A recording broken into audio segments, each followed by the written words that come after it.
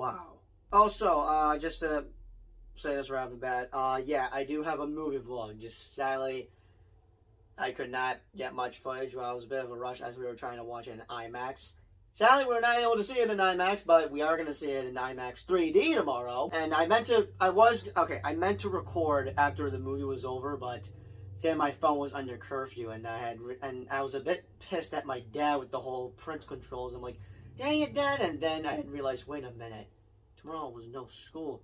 I forgot to tell him to extend or cancel curfew, and then I was pissed at myself. So it was on me. Now I do have bits of footage, but I am going to be doing a movie vlog tomorrow throughout the entire day as I'm going to go see in IMAX. But as much as I would want to be upset that it basically happened again, like last time. Last time I tried to see Black Adam in IMAX, and we missed it because my mom purchased tickets to Standard because she was worried that I would miss the opening scene when I had gotten there right before it started. Literally, as soon as I got there, it was 7 o'clock. The movie had started. But my mom didn't want to miss anything. But she didn't want me to miss anything. And yeah, understand that. Now I've gotten over that. That happened in the past. That's all done. And then it happened again with this one. Now obviously I thought ahead. Okay, we're definitely gonna miss it. So I think we may have to see this in Standard. But as much as I want to be a bit upset that I didn't get to see this in IMAX last night, and as much as I want to be worried that, will this happen again next time if I go try to see a movie or something, all I'm more focused on is just this movie than just being upset that I didn't get to see in IMAX, because Marvel Studios' Black Panther, Wakanda Forever is phenomenal, man. This movie is freaking beautiful from start to finish. Easily one of the best comic book movies of this year, but just easily one of the best movies of 2022.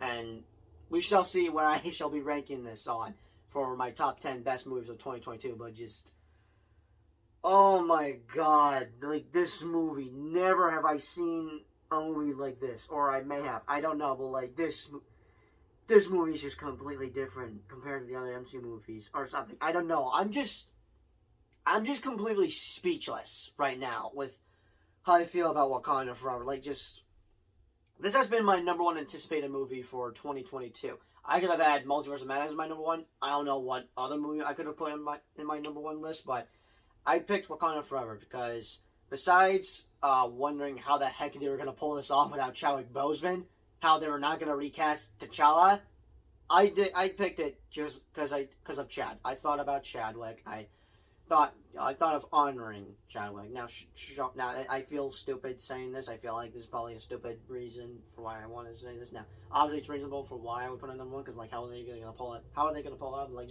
so it's just me just thinking this. Like, I feel stupid saying this, but no, so it's probably just me saying that, just me being doubtful about why I put this in my number one list. But like, just the main reason is because I thought of Chad. But for the Impossible though, I think they pulled it off. I think they pulled it off really well. Like, just, where do I begin? I have not even taken notes. I've already tweeted, like, this is what I tweeted out. This is just my quick thoughts on Twitter. I tweeted all this out, and I have not taken notes. I would usually take notes, because I feel like I suck at making reviews, because I don't make professional reviews. I just talk about what I like to talk about. Like, I just feel like I suck at them, so I just take notes. And sure, I do have some, like, with reviews, we do talk about the same things. It depends, I guess. I don't know, but just still though, I'm just gonna try to talk about what I had just pretty much tweeted out on Twitter. But just now I'll say this right back. I don't know if I got any negatives other than that. I guess a few nitpicks, but just so okay. Let's just get on with just my thoughts with Wakanda Forever, because I'm just speechless. Like, I don't know if I'm using the right word for this, but this movie was just breathtaking. It was breathtaking. And, yeah, I don't know where to begin. Alright, let's get down to business. So, yeah, it was announced that we'd be getting Black Panther 2, but then, after COVID happened, we've been in quarantine. Suddenly, we had been struck with tragedy, as none of us saw this coming, as we never knew about it, that Chadwick Boseman was battling colon cancer for 4 years, and yeah, we then found out that he had passed away 2 years ago in August, and I didn't believe it. I couldn't believe my eyes. I just didn't want to believe it. There's no way that Chadwick Boseman passed away. I'm sorry, what? He passed, like, I just couldn't believe it. I couldn't believe it. Like, this was insane. We lost an MCU actor, and I just didn't want to believe it. And all of us, yeah, we were all extremely upset that Chadwick had passed away. As much as we were upset about Stan Lee passing away, because it was just as heartbreak. I was just as heartbroken as I was heartbroken about Stan Lee passing away. So we all were So after we had mourned the death of Chadwick Boseman, we all were questioning, how the heck were they going to do Black Panther 2 without Chadwick Boseman? Were they going to cancel the movie? Were they going to have to recast him? And then the bombshell hit when Kevin Feige had said that they decided that they will not recast T'Challa. And sure, agree to disagree that was probably a stupid decision Marvel was making. Now, for me, I would have been upset about it, but honestly, I didn't want to be. I thought it felt right, but I did have some thoughts. I was just like, okay, this is interesting. This is crazy. This is a lot to process. Wow. Okay. I'm not even upset about this, but I do have some thoughts. Like, how are they gonna pull this off? But that doesn't end there. Not only were they not gonna recast T'Challa, they were gonna kill him off in the MCU. And yeah, same thing as I thought about them not recasting T'Challa. I'm not upset about it, but I have thoughts on this. This is a lot to process. They're not gonna recast him, and they're gonna kill him off in the MCU. Wow. So yeah, we pretty much have waited, I guess, since the announcement. Besides us waiting since they announced it, we've just been waiting ever since they announced it, but also since 2 years later had passed, and now we've came all this way. And yeah, like I said, this movie is phenomenal. It is amazing. It is beautiful. Like, just they seriously pulled it off. But anyways, now that we've gotten all of that out of the way, which is how they were gonna basically a little recap and all that. Let's just talk about the positives I have in this movie. So I do think Shiri is a good protagonist in this movie. I think she carries Black Panther Wakanda Forever, but I've been hearing people say the same thing about this, and yeah, I will agree with what they've said. I don't know. I have trouble pronouncing people's names, especially remembering, but the actress that plays Queen Ramonda, yeah, she is the MVP of this movie, and as much as I don't give a crap about Oscars much, I do think that she deserves an Oscar for her performance, because she knocked it out of the park. Like, she pretty much put her heart and soul into her performance. Everyone put their heart and soul into making Black Panther Wakanda Forever. Like, this had to be extremely tough for them to make because of Chadwick Boseman. Like, this had to be extremely tough making this movie. Like, just, I don't know how the heck they were able to make this movie without it's just crazy. It just blows my mind. But besides Queen Ramonda being the MVP, Namor. Oh, not Namor. Namor. Oh my God, he is freaking badass. He is badass, awesome, and terrifying. Extremely terrifying. Like, I've heard people say that he is terrifying, and I'm like, okay, we'll see about that. But as soon as he pops up in the movie, I don't want to go full details about it. I am going to cover a spoiler review as soon as I go see Black Panther Wakanda Forever again tomorrow.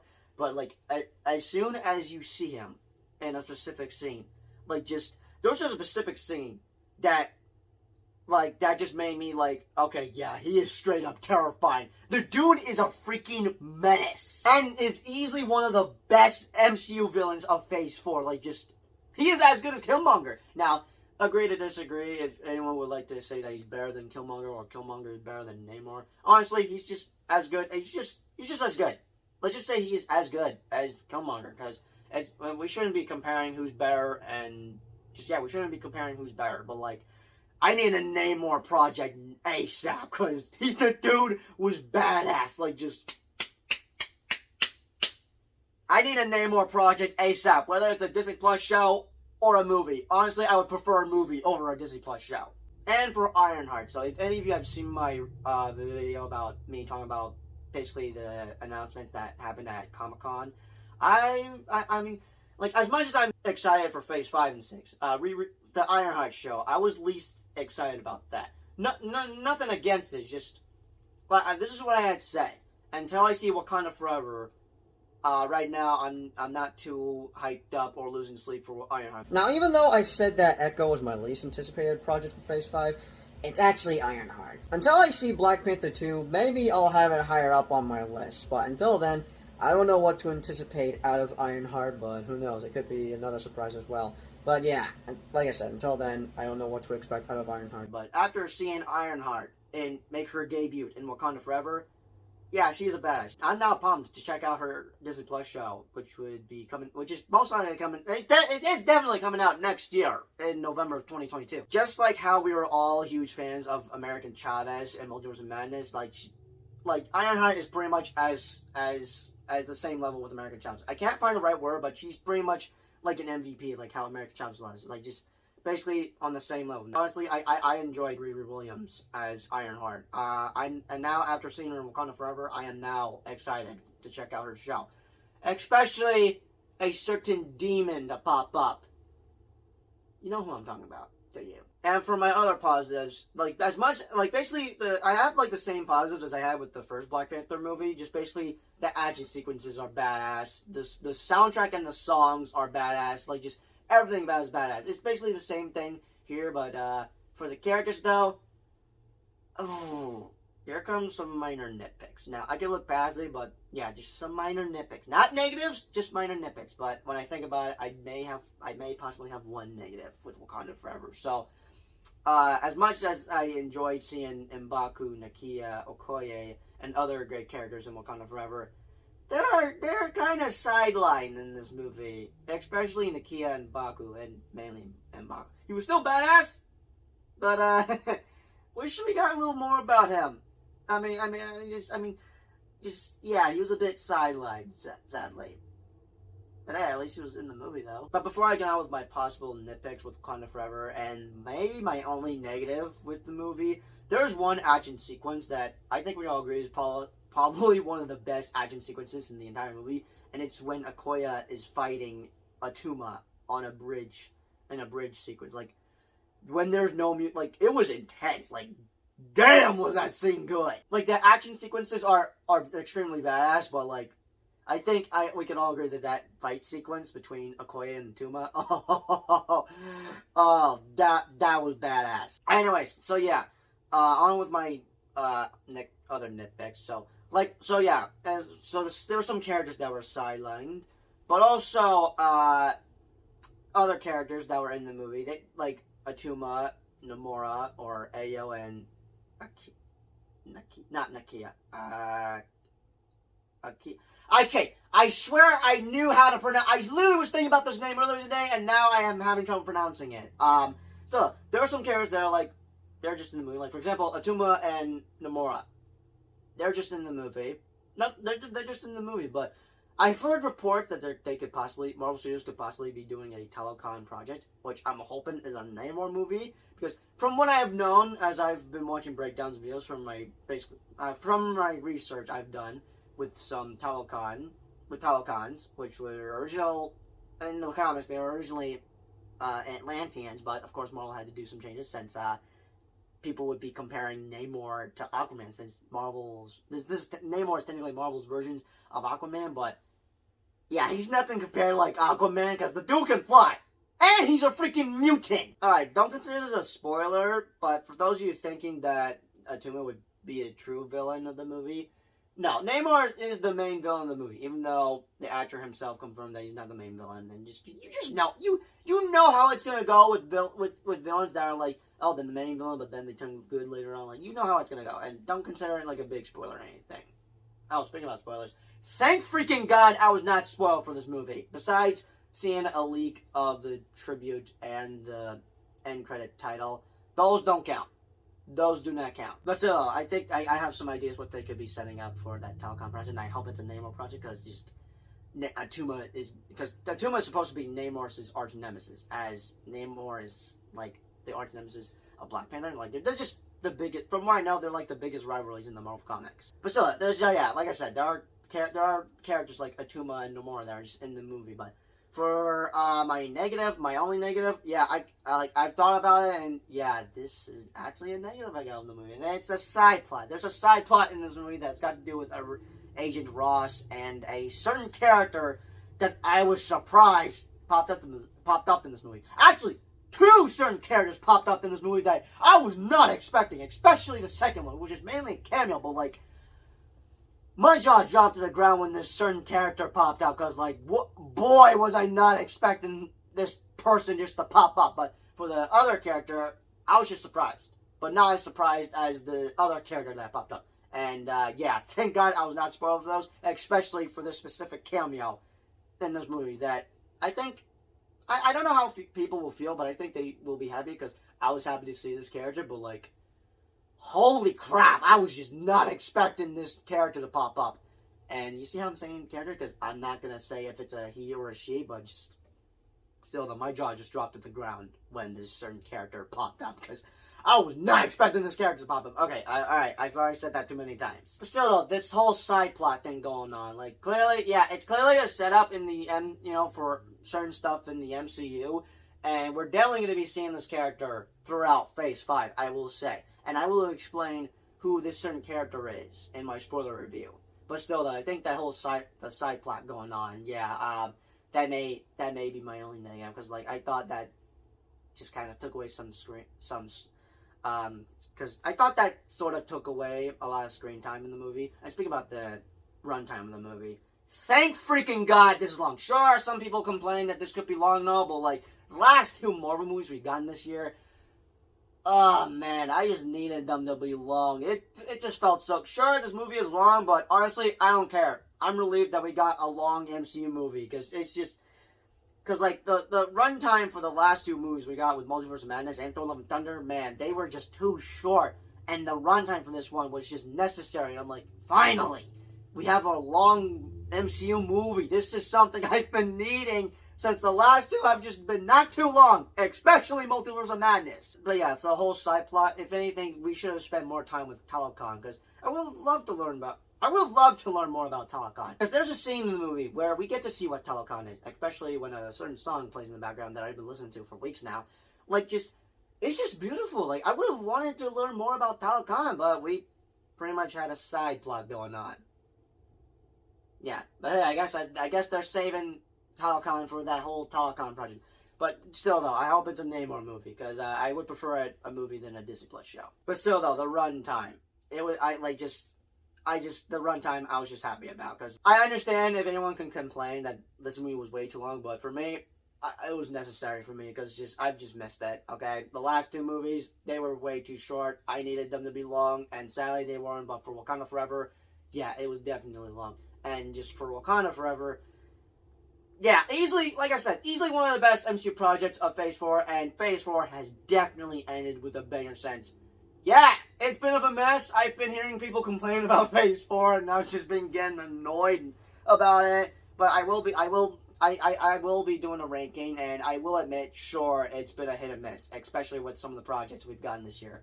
And Thor: Love and Thunder, yeah, that was a total miss. And I will talk about my thoughts with Thor: Love and Thunder soon, especially with Thor Ragnarok, because, hate to admit, I do have some mixed feelings with Taika Waititi's movies. But this was something we've needed. Wakanda Forever was something we needed in Phase 5, since it's been a bit of a mess. It's just something we've missed from Marvel, but agree to disagree, I feel like this is not much of a Marvel movie, but just something better than a Marvel movie? I don't know. There's just something good about this movie. And it's probably because it's a tribute to Chadwick Boseman. That's just something I like about this movie. It is a tribute to Chadwick Boseman, which they put their heart and soul into honoring Chadwick. And, oh man, I cried twice in the movie. One for a certain death scene, which I saw coming a mile away. Predictable. Not that I find it predictable. Let's just say I just called it from a trailer. Let's just say it's because of a trailer breakdown I watched. But I saw it coming a mile away. But for the ending, so yeah. But after it was over, I just could not stop thinking. I just can't stop thinking about it. I'm just completely speechless. This movie was just beautiful. They've knocked it out of the park, and they've they did a good job and honoring Chadwick Boseman. Like, they put their heart and soul into honoring Chadwick, and just... Oh, I'm just completely speechless. I got nothing else to say other than that. I enjoyed this movie, and I'm gonna have an issue just ranking where I'm just gonna have an issue when am I gonna rank this at in my ranking of Phase 4 MCU movies. But, like, it's easily gonna be number 1 for... I don't know, because there's also No Way Home and Shang-Chi. Okay. Here are my top 3. Not in order, but just top 3 MCU movies for Phase 4. Shang-Chi, No Way Home, and Wakanda Forever. Now, I could definitely put No Way Home as number 1 for obvious reasons, Tobey and Andrew, but remove Tobey and Andrew. Like, I hate to say this, but I will agree with everyone they've been saying. Just remove Tobey and Andrew out of No Way Home. No Way Home would have still been a good Spider-Man movie, but glad they're still in the movie, though. But, like, I can understand what they mean by that, because when I think about it, oh, damn, they got a good point. But still, though, I could easily put it at number 1 because of Tobey and Andrew, but, like, I thought about being real with myself, so, yeah. I'm going to have an issue just ranking all 7 Phase 4 movies, and it's mainly the top 3 and the last hill, since just my least favorites are just Black Widow and Thor: Love and Thunder now. I've enjoyed all the Phase 4 projects, but, like, I swear to God, I am this close to hating Thor: Love and Thunder, and I do not. Now, I do not want to hate it. Now, obviously, it's alright to not like a project, but no. I refuse to dislike an MCU project, since I've enjoyed most of their projects in all 4 phases, including Thor: The Dark World. Even though, like, I now understand why people put it in the bottom of the list, but, like, I still enjoy it. Okay, got off topic there, but still, though. I think that's all I'm going to say about Wakanda Forever. This movie was just... It was just beautiful. They, like, props to everyone. It was just... Oh, speaking about clapping. I was the only person clapping in the theater since I saw it in Standard. And I find out my brother saw Wakanda Forever today. Obviously, since my dad wouldn't take me to see a movie on a Thursday night. But they saw it in IMAX 3D today. And there are some... And what he told me from the certain character scene that I was shocked about... They were shocked about it. He basically had that theater experience, not like with No Way Home, but just respectfully, since this is a tribute to Chadwick Boseman. But he told me that everyone definitely clapped around when the title card popped up. And the title card, I'm talking about the dedication to Chadwick Boseman title card thing, where it says in dedication to our friend Chadwick Boseman. That everyone clapped from there, but, like, I was the only person clapping.